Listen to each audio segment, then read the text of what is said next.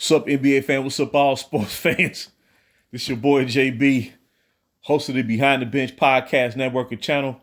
Giving a shout out to the rest of the crew. Shy, Kelvin, KB Film Room, Big Dog Talk Sports. That's right, that's right.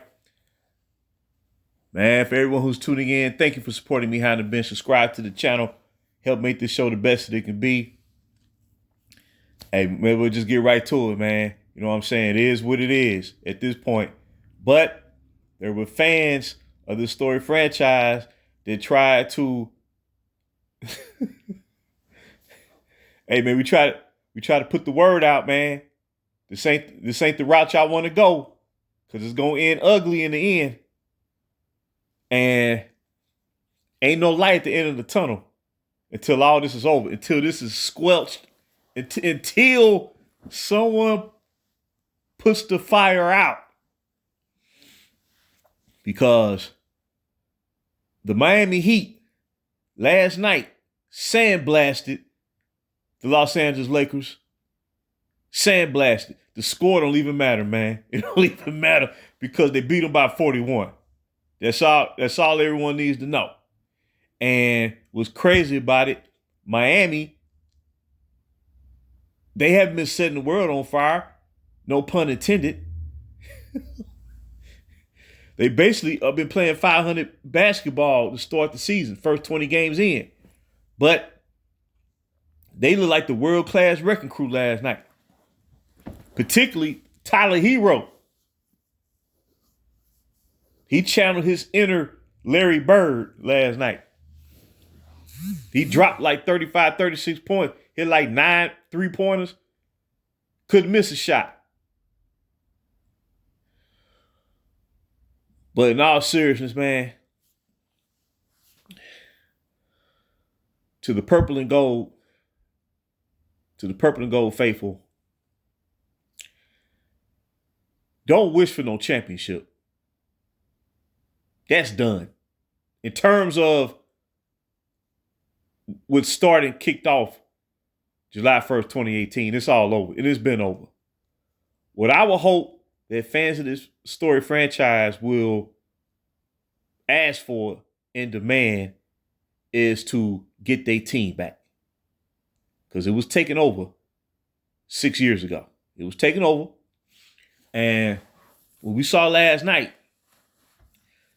is the result of a franchise who sold itself short. That's what it comes down to, man.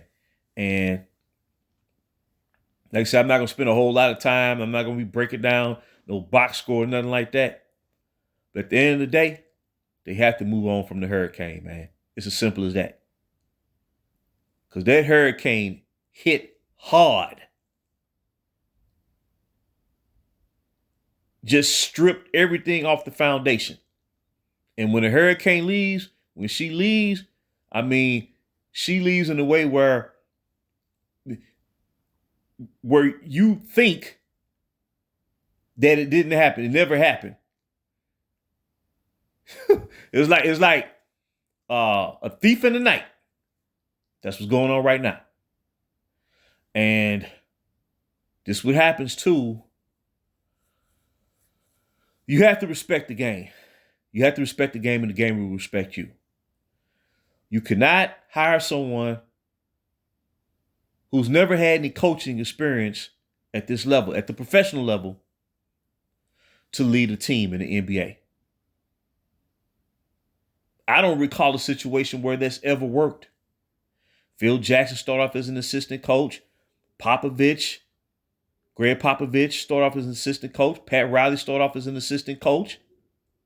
That they try to compare the current coach, J.J. Redick, to. Chuck Daly of the Detroit Pistons. He started off as an assistant coach with Philadelphia 76ers. Lenny Wilkins. I mean, even Bill Russell, he became the first player coach in league history back in 1969.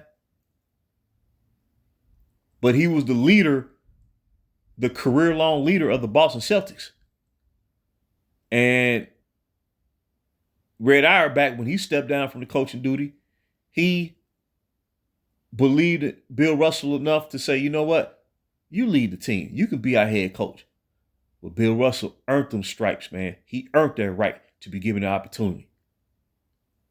You know what I'm saying? Mike Malone of the Denver Nuggets, he had coaching pedigree before he was brought on by the Nugget organization after head coaching the Sacramento Kings.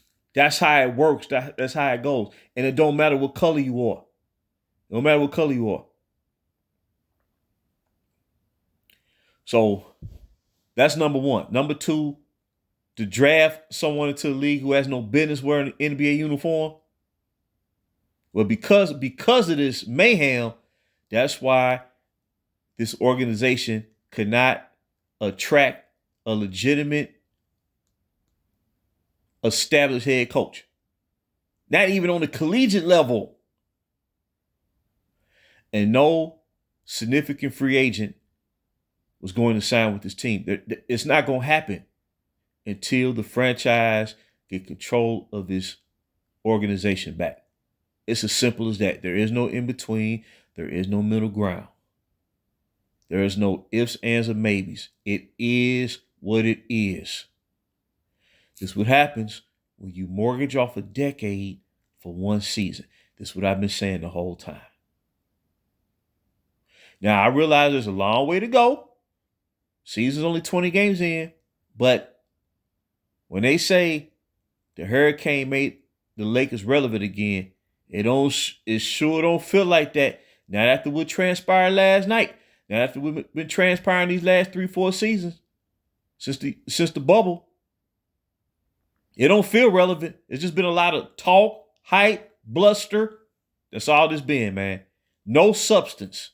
Zero substance. Roster turnover every year. Half the roster, you know what I'm saying? Overhauled. Trades galore. Giving up one draft pick after the next. That's all this been, man. Asking guys to sign for way less than what their value is. Then they don't win. Then you don't see the player. You don't hear from the player no more. They have to play overseas. This is insanity that's been going on. The head coach didn't have no answers last night. He just mumbling. He just looked stunned. But he shouldn't be stunned. There's nothing there, man. They have to move on from the Hurricane. He's not going to lead them anywhere. He didn't lead them anywhere in 2020. That was a byproduct. You throw all your chips in the middle of the table. You essentially mortgage the franchise away to stack the deck for 1 year. That's not building. That's not winning. That's losing. That's why this is ending bad. This is not like a regular championship run. You have a long-standing run. You know, players begin to age, and then attrition. You know, just you succumb to just the battles, man. You succumb to it, but you still leave a champion. People respect what you did. You see what I'm saying? This ain't what this is, man. This is not what this is. It's not even close. It's a team in limbo. So my hopes, my wishes is after this year, this will be the end of it. I believe in my heart is telling me that this will be the end of it, and I can finally get my team back, and I'll be, as they say, jumping with tears of joy. I'm serious when I say that too. I love this franchise. Many of the members of the crew are fans of the Lakers. We just want the team back, man. And like I said, we're not trying to show any type of favoritism. You know, I love these young teams. I love what they're doing. I love what OKC is doing. I love Minnesota. It seems like they're starting to figure it out a little bit. Houston, I love what Houston is doing. What Sacramento did a couple years ago. What the Pelicans were doing before the injuries just, derailed their season. San Antonio is slowly creeping back. Wembanyama. Portland is better this year. Orlando, look at what they've done this year since losing Pablo Pachero. Boston Celtics stayed the course. They're the defending champion. I love what Giannis did 4 years ago, leading Milwaukee to the title. Milwaukee Bucks for the first time in 50 years. I love all of that. I get a kick out what the Cleveland Cavaliers are doing because they was left with nothing. You see what I'm saying? The Knicks, New York Knicks, they back on the rebound. You see what I'm saying? So at the end of the day, the gig been up. The gig has been up. Like I said, I don't even need to mention the score. Man, ain't no use bringing up the score. All I know, they got sandblasted by the Miami Heat. The Lakers, they got sandblasted by 41 points. That's all we need to know. Score is not even important.